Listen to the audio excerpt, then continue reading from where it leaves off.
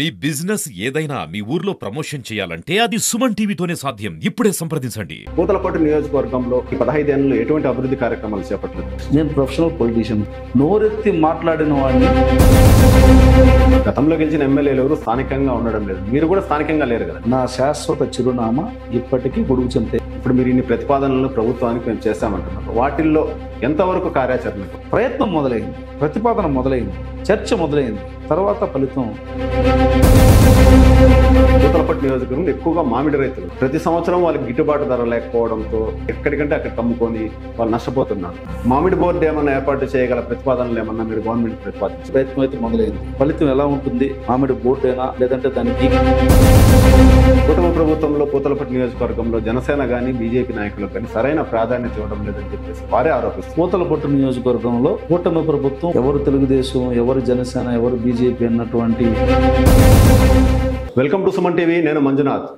రాష్ట్రంలోకి కూటమి ప్రభుత్వం అధికారంలోకి వచ్చి దాదాపు 10 నెలలు పూర్తి కావస్తోంది. ఈ సందర్భంగా చిత్తూరు జిల్లా పూతలపట్టు నియోజకవర్గంలో కూటమి అభ్యర్థిగా గెలిచిన డాక్టర్ కలికిరి మురళీమోహన్ గారు ప్రస్తుతం మనతో ఉన్నారు.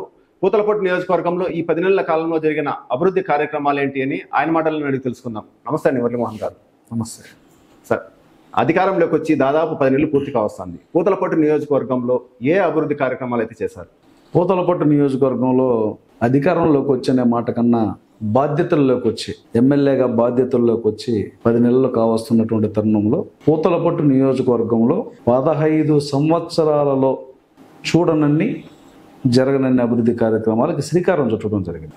పూతలపట్టు నియోజకవర్గంలో ఉన్నటువంటి సుమారుగా 2,30,000 మంది ఓటర్ల ఆలోచనల్ని, వాళ్ళ ఆశలని, వాళ్ళ ఆశయాలని అసెంబ్లీలో ప్రస్తావించడం జరిగింది. సుమారుగా 1,00,000 కుటుంబాలు ఈ నియోజకవర్గంలో ఉంటే 1,00,000 కుటుంబాల యొక్క అవసరాలకు సంబంధించినటువంటి కీలకమైనటువంటి అంశాలని అసెంబ్లీలో ప్రస్తావించడం జరిగింది, డిమాండ్ చేయడం జరిగింది, ప్రశ్నించడం జరిగింది. 15 సంవత్సరాలలో పూతలపట్టు నియోజకవర్గం నుంచి ఏ ఎమ్మెల్యే కూడా ఈ విధంగా అక్కడ ప్రస్తావన చేయలేదు, ప్రశ్న చేయలేదు, చర్చ చేయలేదు, కనీసం నోరు కూడా ఎత్తి మాట్లాడలేదు. అంటే వాళ్ళు ఈ 15 ఏళ్ళలో ఎటువంటి అభివృద్ధి కార్యక్రమాలు చేపట్టలేదంట. చెబుతున్నాను కదా, నోరెత్తి మాట్లాడిన వాడిని చూపియండి. నోరెత్తి మాట్లాడడం వేరే, అభివృద్ధి కార్యక్రమాలు వేరే. అదే అభివృద్ధి ఎలా జరుగుతుంది? చర్చ చేయాలి. చర్చ చేయాలంటే ప్రస్తావన రావాలి, ప్రస్తావన రావాలంటే పరిశీలన చేయాలి, పరిశీలన రావాలంటే అవగాహన ఉండాలి, అవగాహన ఉండాలంటే స్థానికంగా ఉండాలి. ఇవన్నీ డాక్టర్ కలికిరి మురళీమోహన్ పుష్కలంగా పెట్టుకొని నియోజకవర్గాలకు దిగడం జరిగింది. మీరు ఏ గ్రామానికైనా వెళ్ళండి. ఒక గ్రామ పంచాయతీ హెడ్ క్వార్టర్లో బంగారుపాలెంలో 42 పంచాయతీలు ఉన్నాయి, యాదమూరులో 26 పంచాయతీలు ఉన్నాయి, పూతలపట్టులో 25 పంచాయతీలు ఉన్నాయి, ఐరాల్లో 28 పంచాయతీలు ఉన్నాయి, తవనంబల్లో 32 పంచాయతీలు ఉన్నాయి. మీరు ఏ పంచాయతీకైనా వెళ్ళండి, ఆ పంచాయతీలో ఒక అభివృద్ధి కార్యక్రమానికి శ్రీకారం పడింది. 5 ఏళ్లలో అన్నీ మార్చేసేట్టుకుంటే స్వతంత్రం వచ్చిన తర్వాత 75 సంవత్సరాలు గడుస్తున్నా కూడా ఇంకా అభివృద్ధి కోసం, సంక్షేమం కోసం మనం. కానీ ఒక బీజం పడింది, మార్పుకు ఒక శ్రీకారం చుట్టడం జరిగింది. ప్రజల యొక్క జీవన ప్రమాణాలను పెంచడం కోసం, ప్రజల యొక్క ఆలోచనలను ప్రతిబింబించడం కోసం ఒక ప్రజాప్రతినిధి ఏం చేయగలడు, ఏం చేస్తే బాగుంటుంది అనే అంశాలన్నిటిపైన ఒక స్పష్టత ఇప్పటికే రావడం జరిగింది. నాకు నేనుగా చెప్పుకోవడం కాదు, గౌరవ ముఖ్యమంత్రి నారా చంద్రబాబు నాయుడు గారి యొక్క దీవెనలతో, గౌరవ లోకేష్ బాబు గారి యొక్క సహకారంతో, ఈ నియోజకవర్గంలో జిల్లా అధికార యంత్రాంగం సంపూర్ణ సహకారంతో అనేక రకాలైనటువంటి అభివృద్ధి కార్యక్రమాలకు శ్రీకారం చుట్టడం జరిగింది. మీరు చూశారు గుడియాత్తం రోడ్డు, అది యాదమరే యమపురియా, చిత్తూరు బార్డర్ నుంచి అంతే టోటల్ అంతే గుంతలు. పక్క రాష్ట్రంలో పరువు పోతానుంది, దానికి పూతలపట్టుకు వేదిక అవుతానుంది. అలాంటిది శ్రీకారం చుట్టడం జరిగింది. నీకు ఏ ఊర్లో చూసినా కోకులం షెడ్లు కానీ, లేకపోతే సీసీ రోడ్లు కానీ, బీటీ రోడ్లు కానీ, కుంతలమయమైనటువంటి ప్రాంతాలు కానీ, వీటన్నిటితో పాటుగా రైతులకు సంబంధించి, రైతుల యొక్క అవసరాలకు సంబంధించి యూరియాని సకాలంలో ఇప్పించడం కానీ, అట్లాగే ఎఫ్పిఓలను బలోపేతం చేయడంలో కానీ, ఇవన్నీ కూడా ఎక్కడికక్కడ శ్రీకారం చుట్టడం జరిగింది. ఇప్పటికే మామిడి రైతుల కష్టాల గురించి అసెంబ్లీలో ప్రస్తావించడమే కాదు, జిల్లా కలెక్టర్కి 2-3 సందర్భాల్లో నేను గుర్తు చేయడం జరిగింది. తిరుమల తిరుపతి దేవస్థానానికి ఒక విజ్ఞప్తి చేయడం జరిగింది.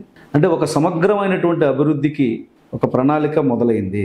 మీరు ఇందాక ఒక మాట అన్నారు, గతంలో గెలిచిన ఎమ్మెల్యేలు ఎవరు స్థానికంగా ఉండడం లేదు. మీరు కూడా స్థానికంగా లేరు కదా, మీరు తిరుపతిలో ఫ్యామిలీ ఉన్నారు, మీరు గెస్ట్ మాత్రం వచ్చి వెళ్తున్నారు అంతే. పూతలపట్టు నియోజకవర్గం, పూతలపట్టు మండలం, గొడుగుచింత గ్రామం నా ఊరు. ఊరు ఉన్నా వినండి. కదా మీరు వినండి. అప్పుడు ముందే తిరుపతిలోనే కదా. వినండి, పూతలపట్టు నియోజకవర్గం, పూతలపట్టు మండలం, పూతలపట్టు గొడుగుచింత గ్రామం. తెలుగుదేశం పార్టీ అభ్యర్థి అయిన తర్వాత తిరుపతిలో నా పిల్లలు చదువుకుంటున్నారు, నా భార్య ఉద్యోగం చేస్తాను. వాళ్ళని ఇక్కడికి తీసుకొచ్చి ఇక్కడ నుంచి తిరుపతికి పంపలేంగా. అదే విధంగా గతంలో గెలిచిన ఎమ్మెల్యేలు వినండి. కూడా వాళ్ళ వ్యాపారాలు వాళ్ళకి ఏదన్నా వింటే పరంగా కూడా ఉంటారు కదా. వింటే చెప్తా, విననంటే నేను చెప్పను. చెప్పండి. వింటే చెప్తా. ఉదయం నిద్రలేసి పొలానికి రైతు ఎలాగ వెళ్తాడో, ఉదయం నిద్రలేసి నియోజకవర్గానికి మురళీమోహన్ అలా వెళ్తా ఉంటాడు.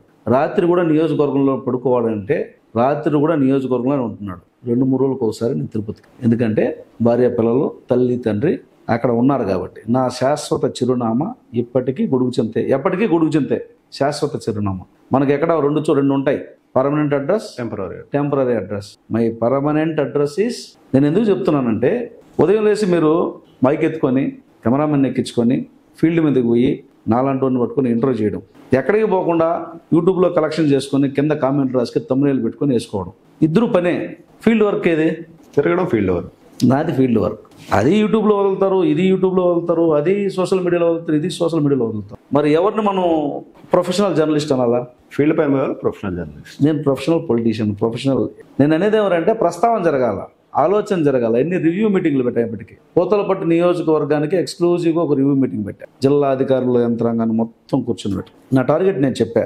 ఇది షెడ్యూల్డ్ కులాలకు సంబంధించినటువంటి జనాభా ఎక్కువ ఉన్నటువంటి ప్రాంతం. ఈ ప్రాంతంలో వాళ్ళకు ఒక బలం దొరికిందన్నటువంటి నమ్మకాన్ని కలగజేస్తాను, వాళ్ళకు ఒక భరోసా దొరికిందన్నటువంటి గ్యారంటీని ఇస్తానని చెప్పి ఇప్పటికే ఆ నమ్మకం మొదలైంది. మీరు గమనించారో లేదో, పూతలపట్టు నియోజకవర్గంలో ఒక 2-3 రోజుల్లో 22 కోట్ల రూపాయలతో ప్రతి SC/ST గ్రామంలో మౌలికమైనటువంటి వసతుల కల్పన కోసం భూమి పూజలు జరగబోతున్నాయి. అంటే నెక్స్ట్ ఫర్దర్ అయిపోయింది, అప్రూవల్ కూడా అయింది. ముఖ్యమంత్రి గారి చొరవతో గౌరవ లోకేష్ గారు ఇప్పటికే ఒక IT టవర్ను కూడా మంజూరు చేయడం జరిగింది. దాన్ని ఆ స్థలం ప్రతిపాదన, వాటికి సంబంధించినటువంటి విషయాలు కూడా చర్చ జరుగుతోంది. అట్లాగే పూతలపట్టు నియోజకవర్గానికి ఒక మినీ సెజ్ ఏర్పాటు చేయడం కోసం పూతలపట్టు దగ్గర స్థల సేకరణ కూడా జరుగుతోంది. అంటే ఇవన్నీ సుమారుగా 20-30 కంపెనీలు అక్కడికి రాబోతాయి. ఇవన్నీ పూర్తయితే దాదాపు ఎంతమందికి ఉపాధి కల్పించింది వింటే అవన్నీ చెప్తాను. అట్లాగే పూతలపట్టు నియోజకవర్గ హెడ్ క్వార్టర్ పూతలపట్టులో యాంబియన్స్ లేకుండా ఉన్నది. కాన్స్టిట్యున్సీ హెడ్ క్వార్టర్ యాంబియన్స్ కనపడకుండా పోతే అక్కడ కొన్ని నిధులను మంజూరు చేసి ఒక యాంబియన్స్ని, లుక్ని తీసుకురావడం జరిగింది. అడుగుపల్లి రిజర్వాయర్ నుంచి చిత్తూరుకి తరలిస్తున్నటువంటి నీటిలో పూతలపట్టుకు సంబంధించినటువంటి ప్రజల దాహార్తి తీర్చడం కోసం అక్కడ ఒక ప్రతిపాదన చేయడం జరిగింది. ఆ ప్రతిపాదన ఇప్పుడు ముఖ్యమంత్రి కార్యాలయం నుంచి జిల్లా అధికారుల దగ్గర కూడా రావడం జరిగింది. కీరమంద ప్రాజెక్టుకు సంబంధించి ఒక ప్రాజెక్టుగాను రూపొందించినట్లయితే అది తవనంపల్లి, బంగారుపల్లి మండలాలకు సంబంధించినటువంటి ప్రజల యొక్క, రైతుల యొక్క అవసరాలకు ఉపయోగపడుతుందన్నటువంటి ప్రతిపాదన ముఖ్యమంత్రికి ఇవ్వడం జరిగింది. ఇక కాణిపాకం దేవస్థానానికి సంబంధించి మీరు ఎప్పుడైనా చూసారా? కాణిపాకం మొన్న స్టేట్ గవర్నమెంట్ ప్రకటించినటువంటి ర్యాంకింగ్లో నంబర్ 1. ఉదయం లేచినప్పటి నుంచి పరిపాలన వ్యవహారాల్లో ఎక్కడ ఇబ్బంది కలగకుండా, ఉత్సవాల్లో కమిటీ లేకపోయినా అక్కడే ఉండి జరిపించడం జరిగింది. అంటే ప్రతినిత్యము ప్రజా ఉపయోగ కార్యక్రమాల్లో ప్రభుత్వ భాగస్వామ్యాన్ని ప్రజల అవసరాలకు అనుసంధానం చేసి నిర్వహించడం ద్వారా ఇది సాధ్యమవుతుంది. గతంలో ఇలాంటివి నిర్వహించి ఉంటే మీరు అన్నట్టు అక్కడ వచ్చారు, ఇక్కడ వచ్చారు, ఉదయం పడుకునే ప్లేసు, నిద్రపోయే ప్లేస్ తప్ప ఉదయం లేచినప్పటి నుంచి మీరు ఎప్పుడైనా పూతలపట్టులో ఎమ్మెల్యే లేడు అంటే అది అసెంబ్లీలో ఉన్నప్పుడు మాత్రమే ఉండడు.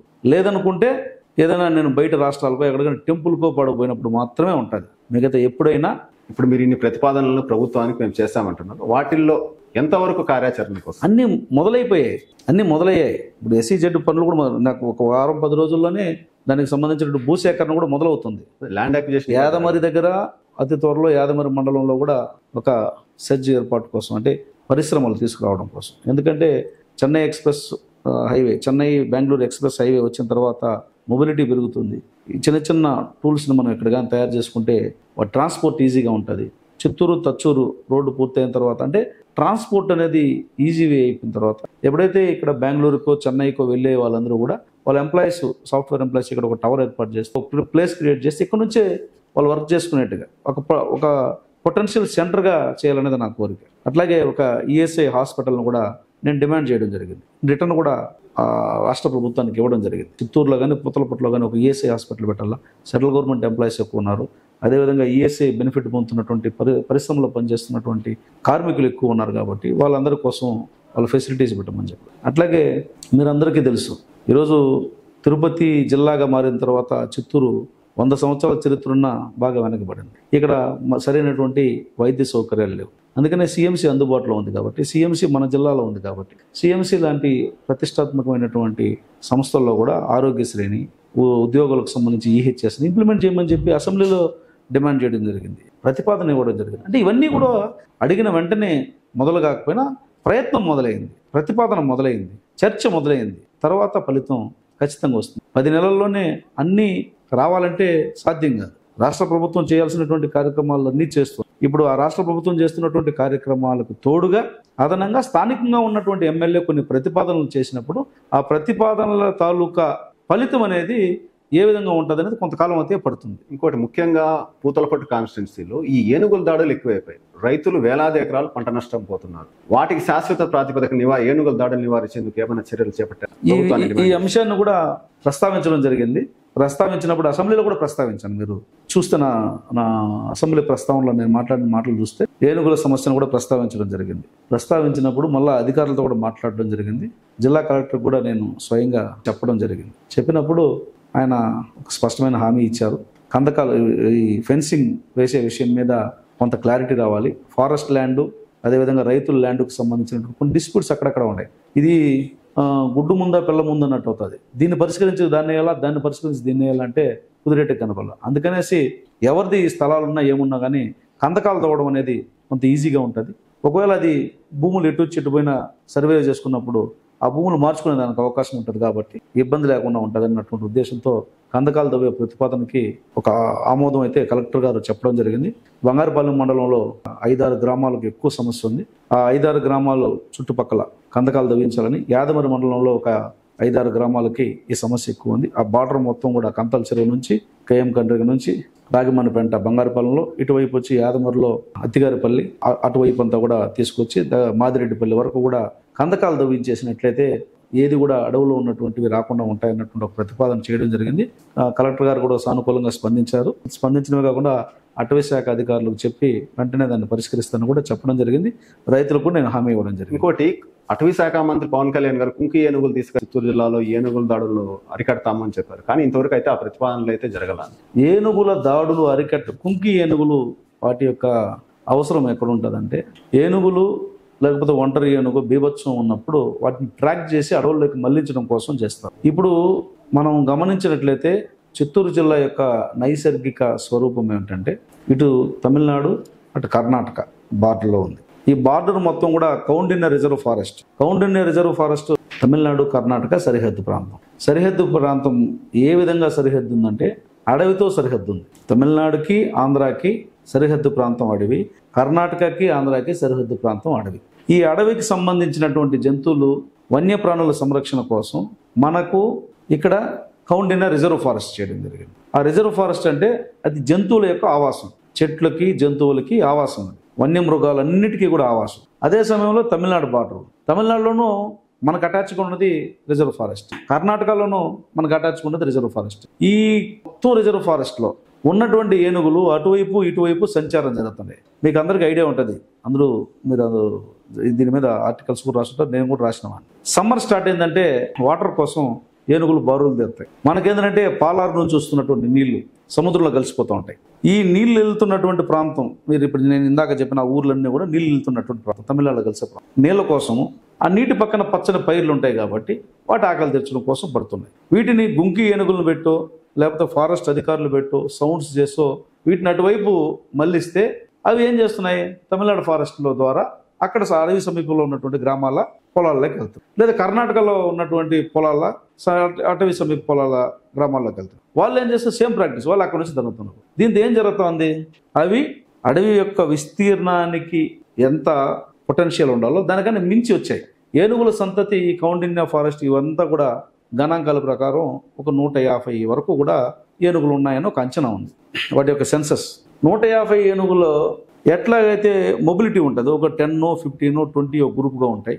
వాటి లివింగ్ స్టైల్ అంతా కూడా ఒక్కొక్కటి ఒక్కొక్క రకం. ఇప్పుడు కొన్ని ఏనుగులు ఆ పక్క పోయి ఈ పక్క ఏనుగులు కొన్నిటి రావడం, అటు పోవడం, డిస్ట్రిబ్యూట్ అవుతూ ఉంటాయి. ఈ క్రమంలో ఒక 20-30 ఏనుగులు ఈ పక్క అటవీలోకి రావడం, అటవీ దీంట్లోకి రావడం జరుగుతుంది. ఇక్కడ అటవీ శాఖ అధికారికి కానీ లేదా పవన్ కళ్యాణ్ గారికి కానీ అడవులను సంరక్షించడం, వాటిలోని జంతువులను సంరక్షించడం, వాటితో పాటు అటవీ సమీప గ్రామాల్లో ఉన్నటువంటి ప్రజల యొక్క ప్రాణాలను కాపాడడం, ఆస్తులను కాపాడడం కూడా బాధ్యత. సో ఈ క్రమంలో కుప్పం నుంచి ఇటు పీలేరు దాకా, ఇటువైపు పూతలపట్టు దాకా ఈ సమస్య ఉంది.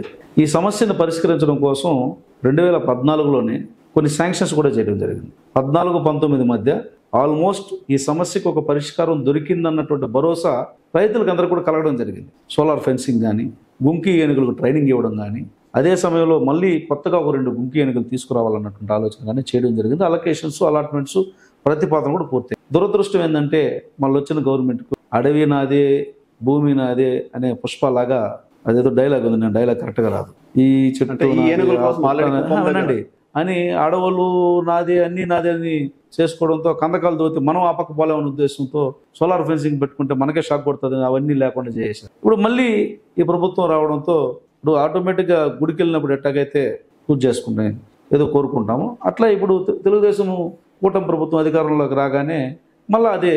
సో ఈ 5 ఏళ్ళలో ఎందుకు వచ్చింది రంపు అని చెప్పేసి రైతులందరూ కూడా గమ్మున ఉండిపోయారు. చేసేది లేదు, పోయేది లేదు.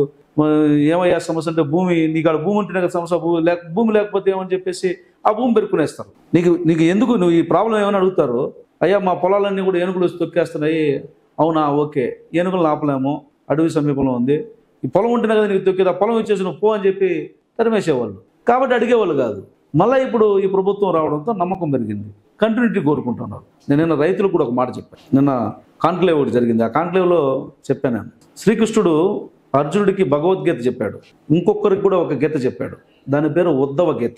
ఉద్ధవుడికి శ్రీకృష్ణుడు ఒక ఉపదేశం చేస్తాడు. ఉపదేశం ఏమిటంటే శ్రీకృష్ణుడు ఉద్ధవుడు స్వయాన శ్రీకృష్ణుడికి చిన్నాన్న కొడుకు, వరుసకు తమ్ముడు అవుతాడు. నేను రైతుల మీటింగ్లో కూడా చెప్పడం జరిగింది, చాలా యాప్ట్ ఇది. అయితే ఆయన కొన్ని సందేహాలు, చివరి ఇంకా మజిలీ పూర్తవుతోంది, ఆ ద్వాపరయుగం అంతానికి అయిన తర్వాత తిరిగి ఇంకా నేను నా పాత్రను ముగిస్తున్నాను అని చెప్పి అన్నప్పుడు నాకు కొన్ని సందేహాలు ఉన్నాయి స్వామి, ఇన్నేళ్ళు కొన్ని సందేహం తీర్చుకోవాలంటే ఎట్లా, తీరకుండా నేను ఉండకూడదు కదా అని అడుగుతాడు. అప్పుడు ఏమయ్యా నీ సందేహాలు ఏంది అడుగు అంటే, అప్పుడు ఉద్ధవుడు అడుగుతాడు శ్రీకృష్ణుడిని, నువ్వు దేవుడు కదా, అన్నీ చేయగల సామర్థ్యం ఉంది, మరి ఏంది నీకు పరిస్థితి, ఎందుకు యుద్ధం జరగాల్సి వచ్చింది, ఇన్ని లక్షల మంది 18 లక్షల మంది ఎందుకు ఇట్లా చనిపోయినారు అని అడిగితే వాటన్నిటికీ కొన్ని సమాధానం చెప్తారు. కానీ ఈ సందర్భానికి అవసరమైనటువంటి సమాధానం నేను చెప్తాను. అయ్యా ద్రౌపది కష్టం నీకు తెలుసు కదా, ఆమెని దుశ్శాసనుడు వచ్చి లాక్కెళ్ళి సభలో పెట్టి, సభలో అందరినీ అడుక్కొని ఆమె నానా కష్టాలు పడి చివరిలో అతను దుస్తులు లాగిన తర్వాత నువ్వు దుస్తులు పంపించినవే, అదేది జరగకుండా ఆపుండొచ్చు కదా అంటాడు. అప్పుడు చెప్తాడు ఆయన, అవునయ్యా ఆపుండొచ్చు, ద్రౌపదిని లాక్కెళ్ళేటప్పుడు దుశ్శాసనుడు వచ్చి జుట్టు పట్టుకుని వెళ్ళేటప్పుడు ఆమె ఏమనింది, మా భీముడు వచ్చి నీ అది చేస్తాడు ఇది చేస్తాడు, ధర్మరాజు కోపం వస్తే నీకు అది చేస్తారు, అర్జునుడు నిన్ను అది చేస్తాడు అనింది. వినలేదు, ఎవరు ఏం చేయలేదు అనుకుని లాక్కొపోయినాడు. సభలోకి పోయిన తర్వాత ఏమయ్యా ధృతరాష్ట్ర స్వామి, నువ్వు ఇట్లా భీష్మాచార్య ఏమి, ద్రోణాచార్య ఏమి, విదురుడా నువ్వు న్యాయానికే విదురుడు, నువ్వు కూడా గమ్మున ఉన్నావు ఏమి అని అడిగింది. ఏం వర్కౌట్ జరగల. అప్పుడు అన్నా శ్రీకృష్ణ అనింది, ఓ నన్ను పిలిచింది, నేను వచ్చి చేశాను. అంటే ఇక్కడ నేను చెప్పేదేమనంటే, పాలన చేయగలిగిన వాడికి, సహాయం చేయగలిగిన వాడికి, ప్రజలను సమర్థవంతంగా పాలించగలిగిన వాడికి ఎప్పుడు మనం పట్టాభిషేకం కట్టి ఉండుంటే ఈ సమస్యలే వచ్చేవి కాదు. శ్రీకృష్ణుడు అక్కడ దాకా చీర పంపించేదాకా ఫస్ట్లోనే ఎక్కడో ఒక చోట కట్ చేసి ఏడెత్తేళ్ళని తీసిపోయి, ఇక్కడ ఏం జరిగింది, పాలన మారింది. మధ్యలో వాళ్ళు మనం విదురుడున్నా, లేకపోతే భీష్ముడున్నా, లేకపోతే ధృతరాష్ట్రుడున్నా, గాంధారున్నా ఏం చేయలేకపోయినారు. నేను ఏమంటానంటే, ఒక సమర్థవంతమైనటువంటి పాలకుడి చేతిలో ఈ రాష్ట్రం ఉండి ఈ సమస్యలు ఉండేవి కాదు, నేను రాసిస్తా. ముఖ్యంగా ఈ అడవులకు సంబంధించినటువంటి ఈ సమస్య ఎప్పుడో ముగిసిపోయి ఉండేది. ఈ 5 ఏళ్ళన్నా పూర్తి చేయగలుగుతారా ఈ సోలార్ ఫెన్సింగ్ కానీ, కందకాలు కానీ? నేను అదే చెప్తున్నా, చిన్న ఆనెపుండుగా ఉన్నప్పుడు తీసేస్తే పెద్ద సమస్య కాదు, ఆ స్థితికి తీసుకొచ్చినారు వీళ్ళు. ఇప్పుడు ఇవన్నిటిని పరిష్కరించాలంటే కొంత సమయం పడుతుంది. ట్రాక్లో ఉన్నటువంటి వ్యవస్థని దారి తెప్పించేసి ధ్వంసం చేసి మళ్ళీ ఇప్పుడు కొత్త దారులు ఎత్తుకునే పరిస్థితి వచ్చింది. మళ్ళీ సర్వే నుంచి మొదలు పెట్టాల్సిన పరిస్థితి. కాబట్టి ఈ ప్రభుత్వానికి చిత్తశుద్ధి ఉంది, ఈ ప్రభుత్వానికి ప్రజల పట్ల బాధ్యత ఉంది, ఈ ప్రభుత్వానికి ప్రజలంటే జవాబుదారీతనం ఉంది. కాబట్టి ఖచ్చితంగా ఈ సమస్యను పరిష్కరిస్తుంది. కానీ టైం బౌండ్ చేసుకొని చేయాలంటే అక్కడ ఉన్నటువంటి పరిస్థితులన్నీ ఇప్పటికి అంచనా లేదు, అర్థమైందా? వాటన్నిటిని అంచనా వేసుకున్న తర్వాత ఫేస్డ్ మేనర్లో క్లియర్ అయితే అవుతుంది. ఇంకోటి, ఇప్పుడు పూతలపట్టు నియోజకవర్గంలో ఎక్కువగా మామిడి రైతులు ఉన్నారు. ప్రతి సంవత్సరం వాళ్ళకి గిట్టుబాటు ధర లేకపోవడంతో ఎక్కడికంటే అక్కడికి అమ్ముకొని వాళ్ళు నష్టపోతున్నారు. మామిడి బోర్డు ఏమన్నా ఏర్పాటు చేయగల ప్రతిపాదనలు ఏమన్నా మీరు గవర్నమెంట్ ప్రతిపాదించారు? నా వైపు నుంచి అసెంబ్లీలో ప్రస్తావించాను, ముఖ్యమంత్రికి లేఖ రాశాను, టీటీడీకి లేఖ రాశాను, అట్లాగే ప్రభుత్వం మీద కూడా ఒత్తిడి తెస్తున్నాను.